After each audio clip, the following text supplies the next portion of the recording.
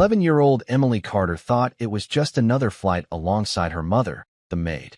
But when billionaire Michael Harrison collapsed midair, she became his only hope of survival.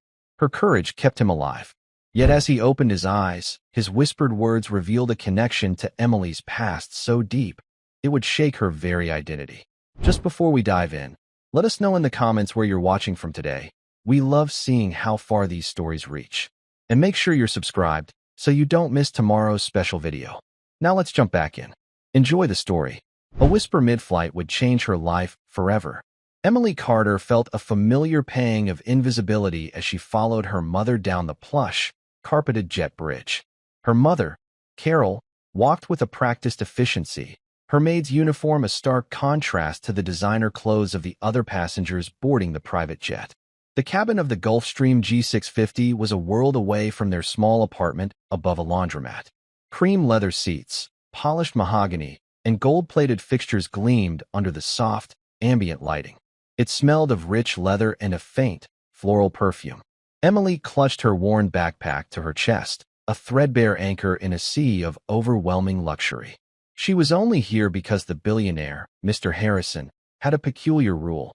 His personal staff's children were allowed to accompany their parents on holiday flights, a strange, almost performative act of generosity that felt more like a display of power than genuine kindness. "Emily, honey, find a seat and settle in. Don't touch anything," Carol whispered, her voice tight with the stress of working in such an opulent environment. She was already busy, taking coats, offering drinks, and ensuring every passenger was comfortable. Emily nodded, her blonde hair falling into her eyes. She chose a seat at the very back of the cabin, hoping to disappear into the buttery leather. Across the aisle, Mr. Harrison sat, a man carved from granite and ambition. He was in his late 60s, with a mane of silver hair and eyes the color of a stormy sea.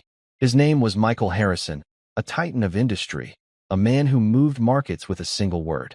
He was engrossed in a thick financial report, his brow furrowed in concentration. He hadn't even glanced at Emily, a ghost in his gilded world.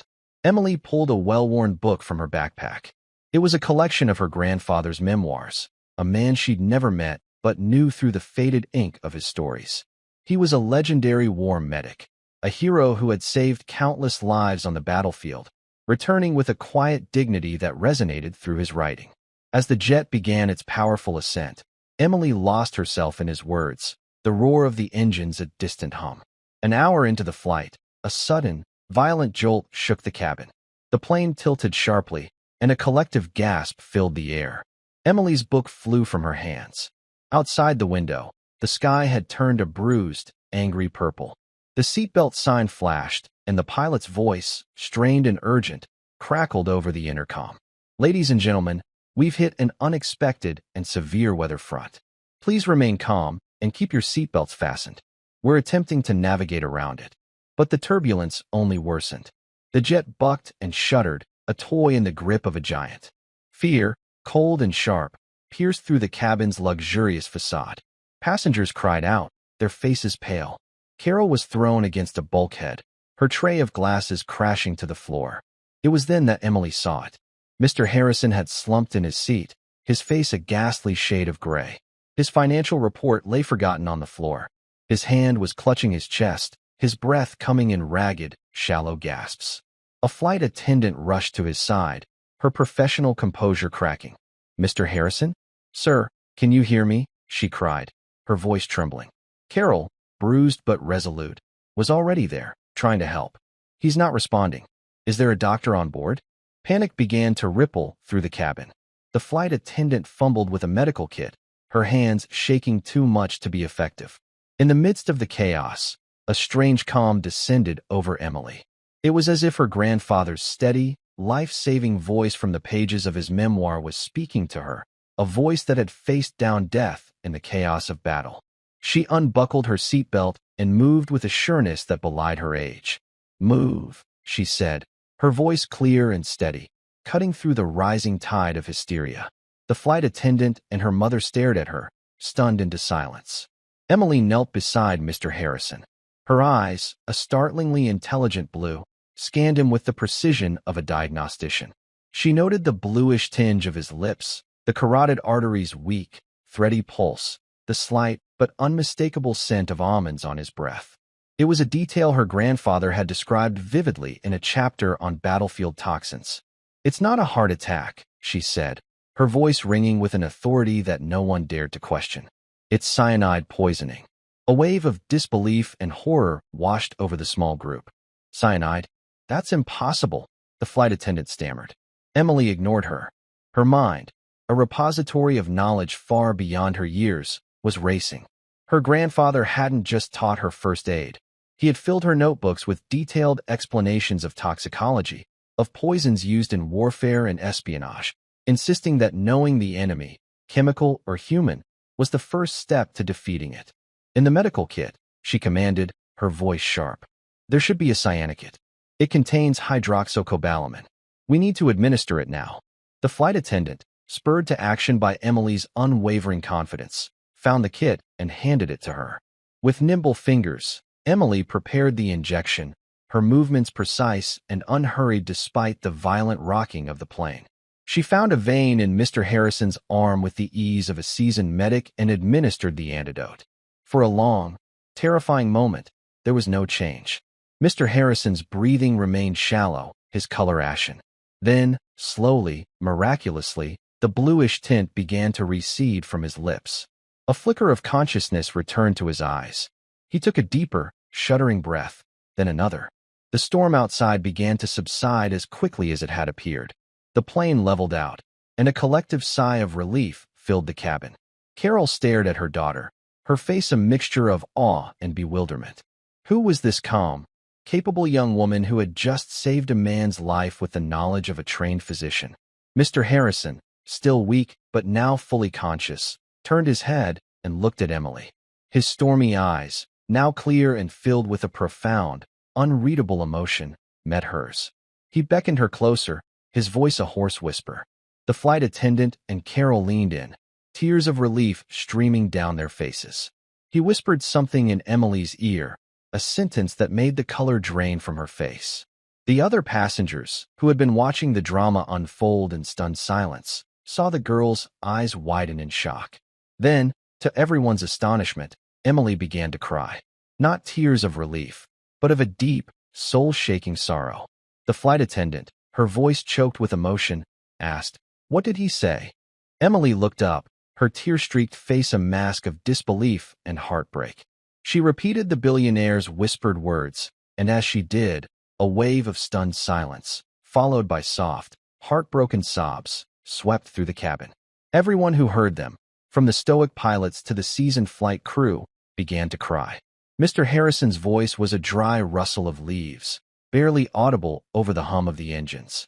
He looked at Emily, his gaze locking onto hers with an intensity that seemed to peel back all the layers of her young life, seeing not just the maid's daughter, but something more, something he recognized. "Tell Sergeant Carter," he whispered, his breath catching. His old friend Michael kept his promise. Emily's world tilted on its axis. Sergeant Carter. That was what they called her grandfather, a name etched on old medals and worn photographs. But he was gone. He had passed away just last week, his last days spent in a quiet haze of memory and regret, often speaking of an old friend he had lost touch with, a promise left unfulfilled. She repeated the words aloud, her own voice a hollow echo of the billionaire's whisper. He said, "Tell Sergeant Carter his old friend Michael kept his promise." She then looked at her mother, her face crumbling. "Grandpa died last Tuesday," she said, the words catching in her throat. He thought his friend had forgotten him. The simple, heartbreaking tragedy of it settled over the cabin. A promise kept too late. A message for a man who was no longer there to receive it. It wasn't just about a billionaire being saved. It was about a friendship that had spanned decades, a bond forged in the crucible of war, and a final, poignant message that had arrived just a few days shy of its destination. The shared humanity of the moment, the raw grief on a young girl's face, the vulnerability of the powerful man in the seat, it transcended the boundaries of wealth and status. And so they wept. The flight attendants wept for the lost friend. The other passengers wept for the girl who had saved a life only to have her own heart broken.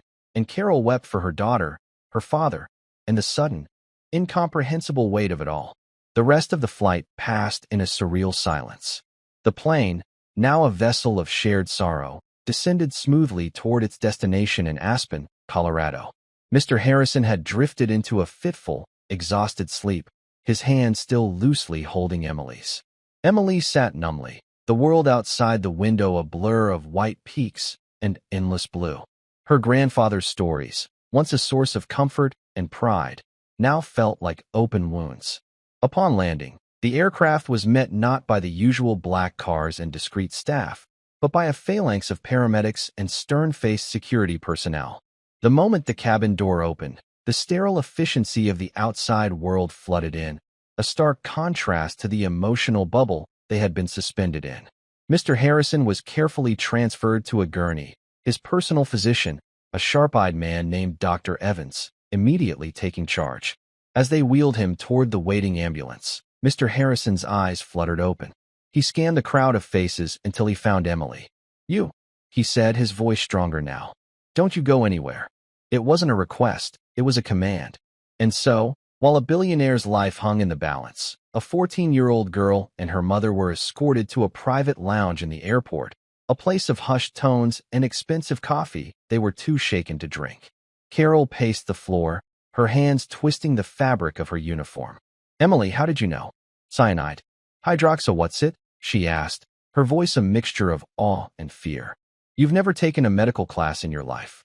Emily stared out at the tarmac, at the majestic mountains that seemed so indifferent to their turmoil. "Grandpa taught me," she said softly. "He told me stories, not just about saving soldiers, but about how to see things other people miss. He said the most dangerous weapon is the one you don't expect." Her grandfather, Sergeant Thomas Carter, had been more than a medic. He was a self-taught scholar, a man who found refuge from the ghosts of war in books. He had filled Emily's head not with fairy tales, but with chemistry, toxicology, strategy, and medicine. He had trained her mind to be a fortress, to observe, analyze, and act. He had prepared her for a world he knew could be as treacherous as any battlefield. "He made me memorize medical field manuals," Emily continued, her voice distant. "He said you never know when you'll be the only one who can help. He knew about poisons. He saw things during the war." Carol sank into a chair, overwhelmed. Her daughter, whom she thought she knew, was a stranger. The quiet, bookish girl who helped her fold laundry and did her homework without complaint possessed a secret world of knowledge, a legacy from a man Carol had only known as her quiet, unassuming father. Hours later, Dr. Evans entered the lounge, his face grim. "Mr. Harrison is stable," he announced, his eyes immediately finding Emily. "He's asking for you. He refuses to speak to the authorities until he's spoken to you." Emily followed the doctor through a series of sterile corridors to a private hospital wing that looked more like a five-star hotel. Mr. Harrison was propped up in bed, for drips connected to his arm, but his color was better, and the stormy look was back in his eyes. He dismissed the doctor and nurses with a wave of his hand. When they were alone, he patted the chair beside his bed. Emily sat down, feeling small and out of place. "Sergeant Thomas Carter," Mr. Harrison began, his voice raspy but firm. "He was the best medic in the whole damn army. He saved my life more times than I can count. I was a scared kid from a rich family, playing soldier. He was the real thing. A legend." He paused, his eyes clouding with memory. "When we got out, I promised him I'd always look out for him and his family. I tried. I sent money, but he always sent it back. Said he didn't want a handout. We lost touch. I got busy building my empire, and he disappeared into a quiet life. I never stopped looking for him. I hired private investigators, but he was good at staying hidden." He looked at Emily, his expression softening. "I never knew he had a granddaughter. When I saw you, I didn't make the connection. But when you diagnosed the poison, that calm in the middle of chaos, that was pure Thomas Carter. That's when I knew." "The poison," Emily said, her voice barely a whisper. "How?" Mr. Harrison's face hardened. "Someone on that plane tried to murder me. The authorities are investigating. They found the source. A slow-release chemical agent. Odorless, tasteless. A few drops in my morning coffee. It was designed to mimic a heart attack, to be untraceable by the time we landed. If it weren't for you, they would have succeeded." He reached out and took her hand. His was rough and calloused, a surprising contrast to his manicured appearance. "You have your grandfather's eyes." And his courage. A tear traced a path down Emily's cheek. "The promise," she said. "What was it?" Mr. Harrison's grip tightened. "After a particularly bad ambush, our unit was decimated. We were pinned down for 3 days. He kept half a dozen of us alive with nothing but scraps and ingenuity. We made a pact. If anything ever happened to one of us, the other would dedicate their life to fulfilling the other's biggest dream. My dream was to build this company. His dream was for his family to have the one thing he never did, a chance. A real chance to do something great, to not be held back by where they came from." He looked directly into Emily's eyes, his gaze unwavering. "He saved my life, and now you, his blood, have saved it again. The Carter family has a debt from me that I can never fully repay, but I'm going to spend the rest of my life trying. Your mother will never have to work another day as a maid. And you," he said, his voice thick with emotion, "you can have anything you want. Any school, any university, any dream you can imagine. I will make it happen." That was my promise to him. And now, it is my promise to you. The weight of his words settled upon Emily. It was a life-altering declaration, a key to a future she had never dared to dream of. But as she sat there, holding the hand of the man her grandfather had saved, she realized it wasn't the money or the opportunity that mattered most. It was the connection, a thread of loyalty and courage that stretched from a jungle in Vietnam through the quiet years of her grandfather's life, and had finally found her in the chaos of a mid-flight emergency. Suddenly, a sharp knock on the door broke the silence. A grim-faced detective entered the room. "Mr. Harrison, sorry to interrupt. We've identified the person who had access to your coffee this morning. We need you to confirm." He held up a tablet displaying a security photo. Mr. Harrison glanced at the image. His face, already pale, turned to stone. He looked from the photo to Emily, a flicker of disbelief and betrayal in his eyes. He slowly turned the tablet so Emily could see. Her breath caught in her throat. The person in the photo, the person who had tried to murder the man beside her, was the last person in the world she would have ever suspected. On the screen of the tablet was a crisp, clear image from the airport's private hangar security camera. It showed a figure, discreet and familiar, leaning into the catering cart that was being prepared for the flight. In the figure's hand was a small, almost invisible vial, held over the silver coffee pot reserved for Mr. Harrison. The person in the photo was Dr. Evans, the man who had just declared Mr. Harrison stable. The man who had been his personal physician and confidant for over 20 years was the one who had tried to kill him. A deep, guttural sound, something between a gasp and a groan, escaped Mr. Harrison's lips. The color that had returned to his face drained away, leaving him looking older and more fragile than he had a moment before. It was the shock of betrayal, a wound far deeper than any poison. He had trusted this man with his life, and that trust had been turned into a weapon against him. Emily stared at the image, her mind struggling to connect the calm, professional doctor she had met just an hour ago with the would-be murderer on the screen. It didn't make sense. People in her world were straightforward. They were tired, or worried about rent, or happy about a small kindness. They weren't this. They didn't wear masks of concern while plotting death. Her grandfather had written about such men, men who used trust as camouflage, but seeing it in reality was profoundly unsettling. The detective, a man named Miller with weary eyes that had seen too much, spoke in a low, respectful tone. "We have him under surveillance, sir. He's in the hospital cafeteria. He doesn't know we're onto him yet. We just needed your positive identification before we move in." Mr. Harrison nodded slowly, his eyes still fixed on the tablet. He looked like a king who had just discovered a traitor in his innermost circle. The fury was there, simmering beneath the surface, but it was overshadowed by a vast, hollow sadness.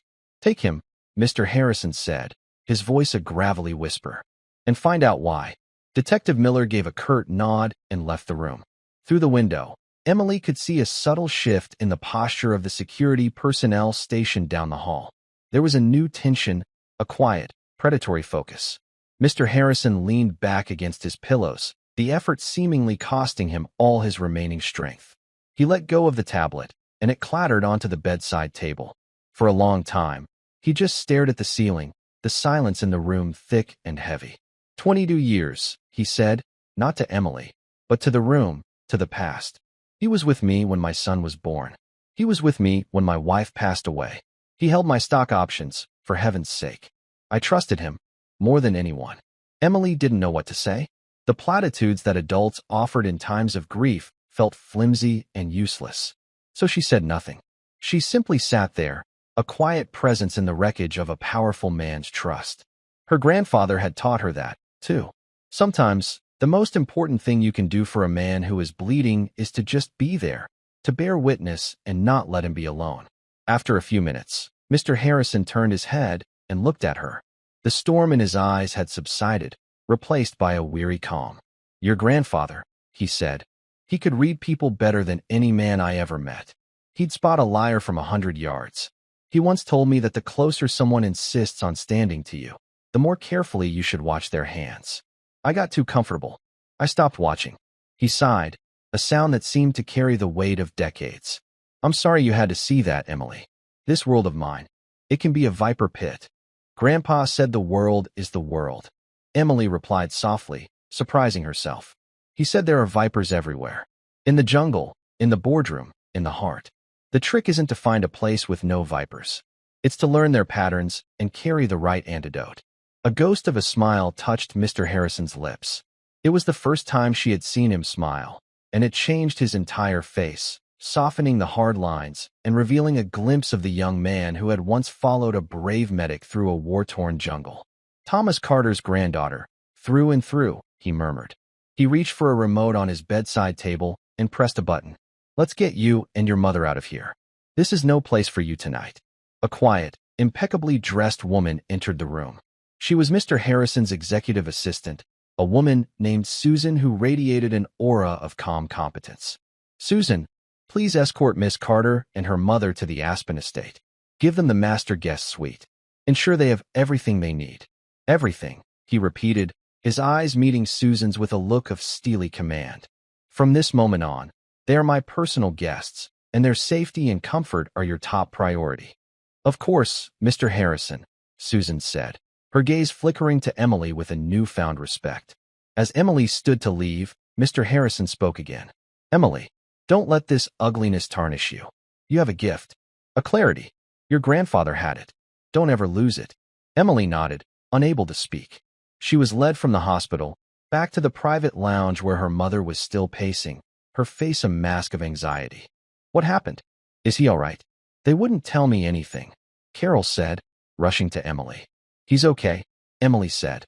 "But they found out who did it." Susan cleared her throat gently. "Ma'am, Mr. Harrison has requested that you accompany me to his residence. A car is waiting." Carol looked from Susan's polite, impassive face to her daughter's pale, shaken one. The uniform she wore suddenly felt heavy and coarse, a relic from a life that had ceased to exist the moment her daughter had knelt beside a dying man. The ride to Mr. Harrison's estate was silent. They drove through the gates of a sprawling property, up a winding road lined with aspen trees, their leaves shimmering like gold coins in the late afternoon sun. The house wasn't just a house. It was a cathedral of wood and glass, nestled into the mountainside, with panoramic views of the snow-capped peaks. The guest suite they were shown to was larger than their entire apartment. It had a fireplace, a balcony, and a bathroom lined with marble. Awaiting them were trays of food, stacks of fresh towels, and a wardrobe filled with new clothes in their sizes, soft sweaters, comfortable pants, and warm jackets. Carol walked through the rooms, touching the fine fabrics and polished surfaces as if she were in a dream. She stopped in front of a floor-to-ceiling window and looked out at the breathtaking vista. "This is his life," she whispered, a sense of wonder and fear in her voice. "And now, somehow, it's ours." She turned to face Emily, her eyes filled with a fierce, protective love. "You saved him, Emily. You did this amazing, impossible thing. But this world, it's dangerous. The man who tried to kill him was his doctor, his friend. How can you trust anyone in a world like that?" Emily walked to her mother's side, following her gaze out the window. The mountains were solid, ancient, and real. They were a comfort. "You don't trust everyone," Emily said, her voice steady. "You trust the right people. Grandpa trusted Mr. Harrison, and Mr. Harrison trusted him. That's what matters." The rest is just noise. Carol wrapped an arm around her daughter, pulling her close. For the first time all day, the fear in her heart began to recede, replaced by a wave of immense pride. Her daughter was not just a genius, she was wise.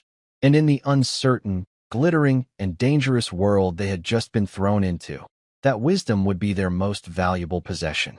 Later that evening, as Emily sat by the fireplace reading a book she'd found on the shelf, Susan entered quietly. "Excuse me, Emily," she said. "Detective Miller is here. He has an update on Dr. Evans. He would like to speak with you, if you're willing." Emily found her mother in the main living area, speaking with a man in a rumpled suit, who looked as out of place amongst the rustic elegance as they were. Detective Miller stood by the massive stone fireplace, his notebook in hand. He gave Emily a tired but respectful smile. "Miss Carter," he began, his voice raspy from a long day. "Thanks for speaking with me. I know this is a lot to process." Emily nodded, taking a seat on a large leather couch. Carol hovered nearby, a protective sentinel. "Is Dr. Evans, did he say why?" Miller sighed, flipping a page in his notebook. "He did. It wasn't pretty. Took a bit of pressure, but people like Evans, they're not hardened criminals. They're arrogant. And when their arrogance is shattered, they tend to talk. They want you to know how clever they were, even when they've failed." He paused, choosing his words carefully. "It wasn't a personal grudge, not in the way you might think. It was about money and pride. Dr. Evans made a series of catastrophic investments over the past year. He was leveraged to the hilt in a biotech firm that was set to be acquired by Harrison Industries. He thought he had insider information that the deal would go through, making him a fortune. But the deal didn't go through," Emily stated, not as a question, but as a conclusion. Miller's eyebrows raised a fraction. "That's right. Last week, Mr. Harrison pulled out. Said the company's research was fraudulent. The stock plummeted, and Evans was completely wiped out. He lost everything. His home, his savings, everything. He was facing total ruin and public humiliation. So he decided to kill Mr. Harrison?" Carol asked, her voice laced with disbelief. "For money. For revenge, mostly," Miller corrected. In his mind, Mr. Harrison had personally destroyed him. He saw it as an act of betrayal. He told us he wanted Mr. Harrison to die thinking he was having a simple heart attack, never knowing who was responsible. A final, secret victory for the man who'd lost everything. He shook his head. The poison was his specialty. He'd done research on fast-acting toxins for a military contractor years ago. He was confident no one on a plane would ever be able to diagnose it in time. "He didn't count on you, young lady," Miller added, a genuine admiration in his weary eyes. "He kept asking us, how did she know? Who is she?" He couldn't comprehend that his perfect plan was unraveled by an 11-year-old girl. Emily felt a chill run down her spine. Her grandfather had always said that pride was a more potent poison than cyanide. It blinded men to possibilities they couldn't imagine, making them predictable. Dr. Evans hadn't seen her. He'd seen a maid's daughter, an insignificant piece of the background, and that oversight had been his undoing. "What will happen to him?" Emily asked. "He'll be charged with attempted murder, among other things. He'll go away for a very long time," Miller said. He closed his notebook. "That's all for now. We may need a formal statement from you tomorrow. For now, Mr. Harrison's security team is handling everything here. You're in safe hands." After the detective left, a heavy silence fell over the room. The crackling of the fire was the only sound. Carol finally sank into a chair opposite Emily, her face pale. "All of this," she said, gesturing vaguely at the opulent room, "it's built on things I don't understand. Deals, stocks, revenge. It's like a different language. Your grandfather, he ran from this world. He wanted a simple life. And now, here we are, right in the middle of it." "Grandpa didn't run," Emily said, her voice firm. "He chose. He told me he saw men in the war who had everything and were worth nothing, and men who had nothing but were worth everything. He chose what had value to him." Carol looked at her daughter, at the old soul residing in her young eyes. "And what has value to you, Emily?" It was a question Emily had never really considered. Her world had been small, defined by the four walls of their apartment, the aisles of the public library, and the boundless universe within the pages of her books. Now, the walls had been blown away. The world was suddenly vast and full of frightening, glittering possibilities. "I don't know yet," Emily answered honestly. But I think I'm going to find out. The next morning, Emily woke to the smell of coffee and bacon and a profound sense of dislocation. Sunlight streamed through the massive window of her room, illuminating the majestic mountain peaks. For a moment, she thought she was still dreaming. Then the events of the previous day came rushing back in a dizzying flood. She found her mother in the kitchen, a vast expanse of stainless steel and marble, talking quietly with Susan. Carol was wearing one of the soft cashmere sweaters that had been left for them. She looked different. The perpetual tension in her shoulders had eased, and while her expression was still wary, there was a new softness in her eyes. "Good morning, Emily," Susan said with a warm smile. "Mr. Harrison has already arranged for a tutor to meet with you this afternoon to discuss your educational needs. He's also taken the liberty of freezing your mother's employment contract with the agency. A severance package is being sent to her that will ensure she is comfortable for life." Carol looked like she might faint. "For life? Mr. Harrison is a man who repays his debts," Susan said simply. "He considers his life a rather significant one." The news was just beginning to sink in when Susan's phone buzzed. Her expression turned serious. "It appears the story has broken," she said, her voice tight. "A flight attendant on yesterday's flight leaked the details to a tabloid. It's sensationalized, but the core facts are there. Billionaire saved mid-flight by mystery teen genius." She turned on the large television in the living room. There it was, Emily's face, a grainy cell phone picture taken by another passenger during the chaos. She looked pale and fierce, a strange combination of child and adult. The headline was splashed across the screen in bold letters. News anchors were discussing the event with breathless excitement, speculating about her identity, her connection to Mr. Harrison, and the extraordinary knowledge she possessed. Suddenly, the world had a name for her. She was no longer just Emily Carter, the maid's daughter. She was the mystery teen genius. Emily felt a wave of nausea. This was the part her grandfather had never prepared her for. He had taught her how to survive in the shadows, how to observe without being seen.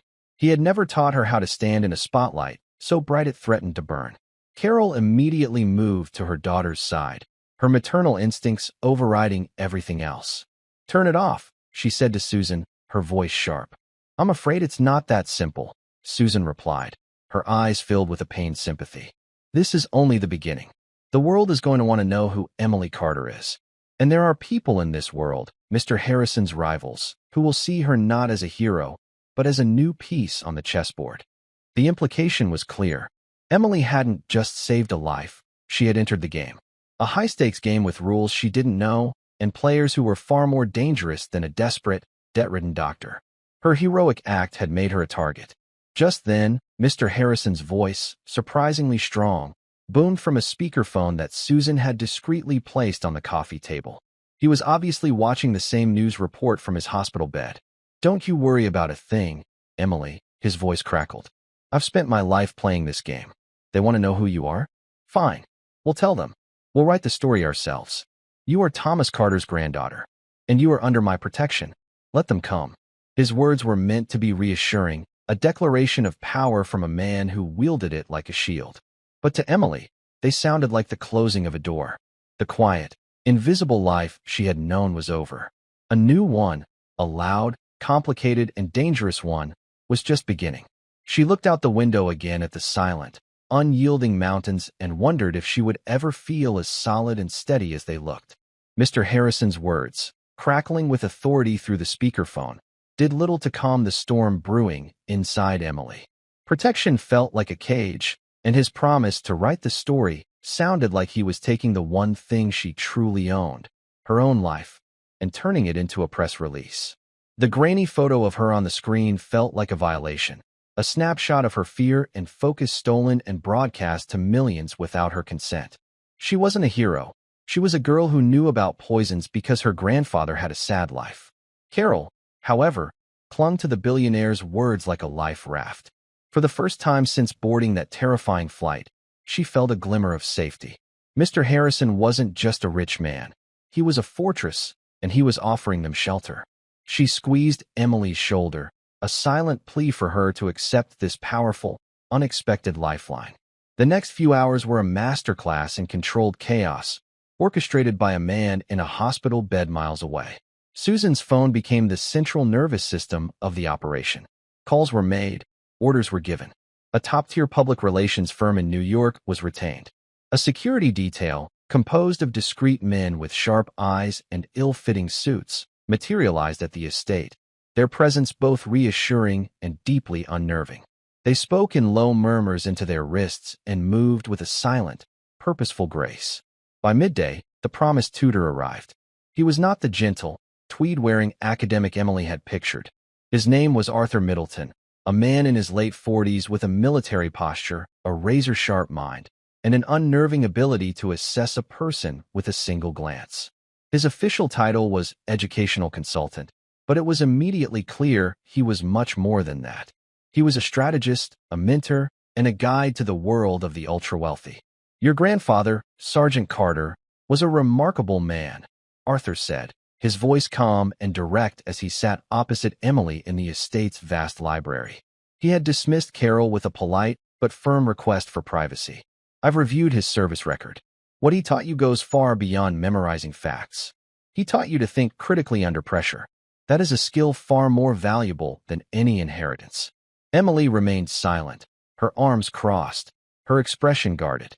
"Mr. Harrison believes, and I concur," Arthur continued, unfazed by her reticence, "that your education from this point forward should reflect your unique aptitudes. Standard schooling would be insufficient. We will focus on subjects you are drawn to, medicine, chemistry, history, but also on things you will need to understand now: economics, corporate law, game theory, and personal security." "You want to teach me how to be rich," Emily said, the words sharp with accusation. Arthur's expression didn't change. "No," he corrected gently. "Mr. Harrison is already giving you wealth. I am here to teach you how to be powerful. There is a significant difference. Wealth can be taken. Power, true power, resides here," he said, tapping his temple. "It is the ability to protect what you value. Your grandfather understood that. He had very little wealth, but he possessed immense power. The power to save lives." The comparison to her grandfather was a calculated, brilliant move. It was the first thing that had managed to pierce through Emily's defensive shell. She wouldn't be a pawn in Mr. Harrison's world, but maybe, just maybe, she could learn to be a player in her own. She gave a small, almost imperceptible nod. While Emily was having her first lesson in power, Carol was receiving her own education. Susan sat with her in the sun-drenched living room, a laptop open, displaying a series of documents. Bank accounts, trust funds, investment portfolios. The numbers were staggering, incomprehensible. "Mr. Harrison has established a trust in your name, Carol," Susan explained, her tone patient and professional. "It will generate an income that will more than provide for you for the rest of your life. He has also purchased your apartment building." Carol stared at her, dumbfounded. "He what?" "He bought the building. The laundromat, the 3 apartments above it. The deed is being transferred to you. He felt that you should have a tangible asset, a piece of the world that is entirely your own, free and clear." Susan smiled softly. "His instructions were," and I quote, "a woman should never have to worry about a roof over her head." Tears welled in Carol's eyes. It wasn't just the money. It was the thoughtfulness, the quiet dignity of the gesture. He hadn't just thrown cash at them. He had understood the deep, gnawing fear of instability that had been her constant companion for her entire adult life. He had given her a foundation, a home that no one could ever take away. The first public move in Mr. Harrison's campaign to write the story came that evening. A formal press release was issued by Harrison Industries. It was a masterpiece of corporate communication crafted by the expensive PR firm. It confirmed the events of the flight, lauded Emily's quick thinking and extraordinary calm, and most importantly, it framed her not as a mystery, but as a legacy. It revealed her identity. Emily Carter, the 11-year-old granddaughter of the late Sergeant Thomas Carter, a decorated war hero and medic who had served alongside Michael Harrison in Vietnam. It spoke of a lifelong friendship, of a debt of honor. It explained that Mr. Harrison, in gratitude for his life being saved twice by the same family, was taking full financial responsibility for Emily's education and her mother's well-being, fulfilling a promise made to his old friend decades ago. The narrative was perfect.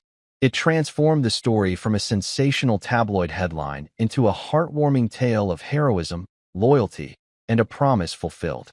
Emily was no longer a freakish child genius. She was the worthy heir to a heroic legacy. The media devoured it. The mystery teen became the hero's granddaughter. But as Arthur had warned, with visibility came new dangers. The day after the press release, a package arrived at the estate. It was addressed specifically to Emily Carter.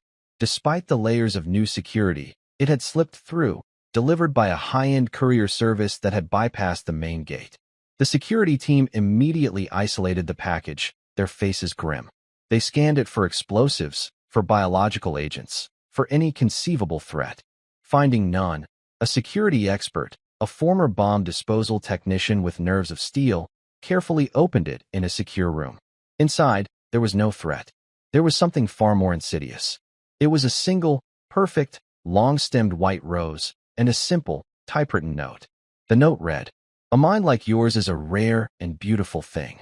It should not be wasted in the service of old men. There are others in the world who would value your talents far more. When you are ready to choose your own path, we will find you." There was no signature, no return address, nothing to identify the sender.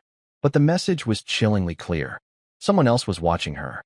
Someone who knew that the most effective way to influence a person isn't with a threat, but with an offer of something they desperately want. A choice. Susan brought the note to Emily and Arthur in the library. Carol, seeing the gravity on their faces, stood by the door, wringing her hands. Arthur read the note, his expression unreadable. "Well," he said, his voice betraying a hint of grudging respect, "it seems you have an admirer. A sophisticated one." Emily took the note, her fingers tracing the typewritten letters. The words resonated with the rebellious, resentful thoughts she had been having all day. Choose your own path. It was a seductive whisper in a world of commands. Mr. Harrison's protection was a golden cage. He was offering her a future he had designed, a life of his choosing, all in the name of a promise made to her grandfather. But what if her path was different? What if she didn't want to be a piece in his game, a living monument to his loyalty? The anonymous note wasn't a threat, it was a seed of doubt. And as Emily stared at the words, she felt that seed begin to take root in the fertile ground of her brilliant, questioning mind. The world was indeed a viper pit, she thought. But she was beginning to realize that not all the vipers made noise. Some of them just offered you a rose. The arrival of the white rose and its cryptic message sent a quiet shockwave through the Aspen estate. Mr. Harrison, still recovering in the hospital, was immediately informed. The security detail doubled, and a quiet, intense investigation into the source of the package began, yielding nothing. The sender was a ghost, a professional who had left no trace. This new, unseen player added a layer of psychological tension to their situation that was far more unnerving than the clumsy, desperate act of a ruined doctor. For Emily, the note became a secret talisman. She kept it tucked inside her grandfather's book of memoirs.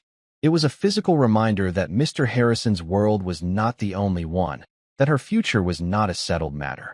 The words, "When you are ready to choose your own path, we will find you," echoed in her mind during her lessons with Arthur. As he taught her about leveraged buyouts and hostile takeovers, she saw the lessons not just as a manual for operating within Mr. Harrison's world, but as a potential arsenal for defending her own. A week after the incident on the plane, Mr. Harrison was discharged from the hospital. He was thinner, and the lines on his face were etched deeper, but the fire in his eyes burned as fiercely as ever. He returned to the Aspen estate, and one of his first acts was to summon Emily to his study. The room was the heart of his empire when he was away from Wall Street. It was paneled in dark oak, with a fireplace large enough to stand in and a massive desk that looked like it had been carved from a single, ancient tree. Books lined the walls from floor to ceiling, not for decoration, but with the well-worn look of constant use. Mr. Harrison was standing by the window, looking out at the mountains, his back to her. "Arthur tells me you are an exceptional student," he said, his voice raspy. "That you absorb complex information as if you were born to it." "I like to learn," Emily said simply, standing in the center of the room, feeling small but not intimidated. He turned to face her. "He also tells me you are resistant, that you question everything, that you hold a part of yourself back." He gestured to a leather armchair in front of his desk. Sit. Emily sat. Mr. Harrison moved behind his desk, a king returning to his throne. He steepled his fingers, his gaze intense. We need to talk about the note. What about it? Emily asked, her hand instinctively going to the pocket where she imagined the folded paper rested. It was from a rival, he said, his voice flat and hard. A competitor.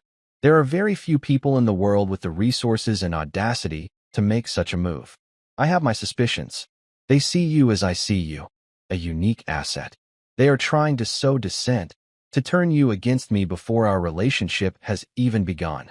He leaned forward, his eyes locking onto hers. They are offering you a choice. I am offering you a promise.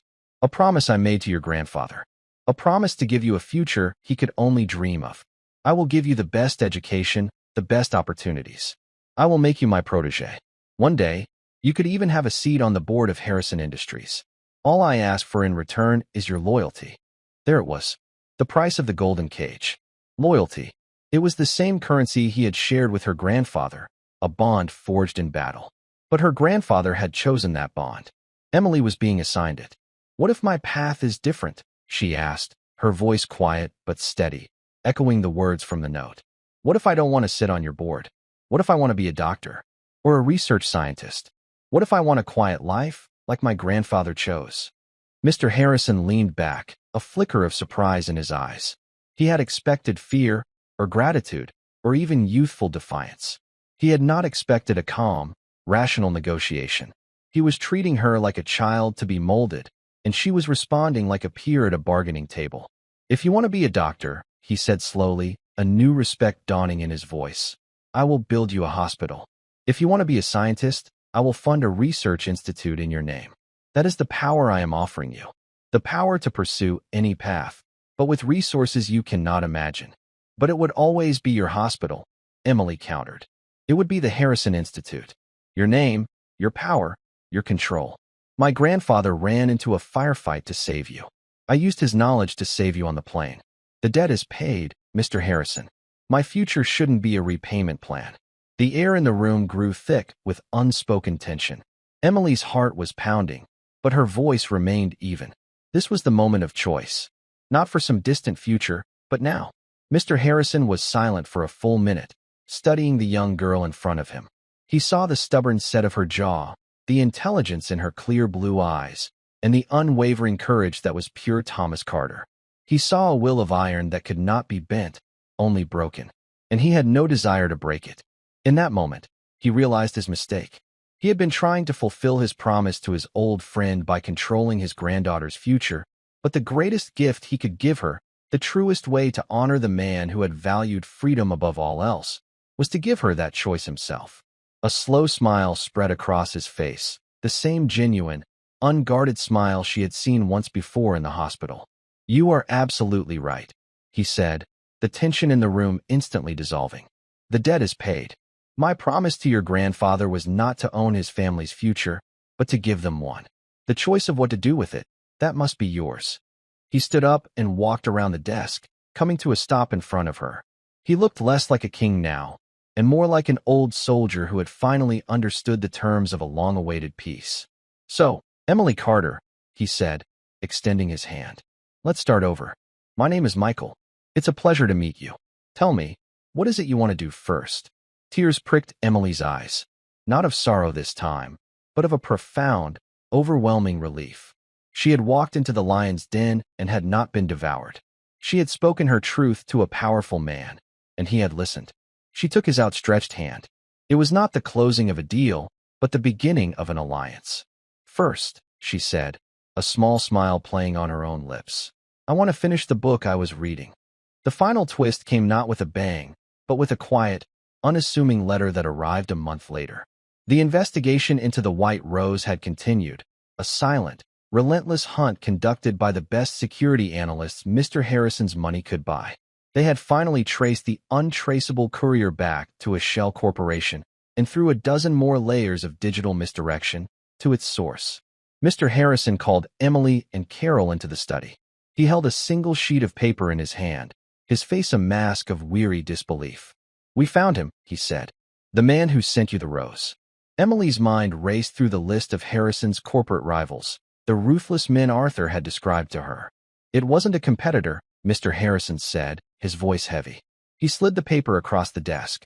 It was a file, a summary of a man's life. His name was Arthur Middleton. Emily stared at the name. Arthur, her tutor, the man who had taught her about power, who had so astutely analyzed her grandfather's character, who had warned her about the dangers of her new life. Arthur has been working for me for 10 years, Mr. Harrison explained, his voice hollow. He's the best.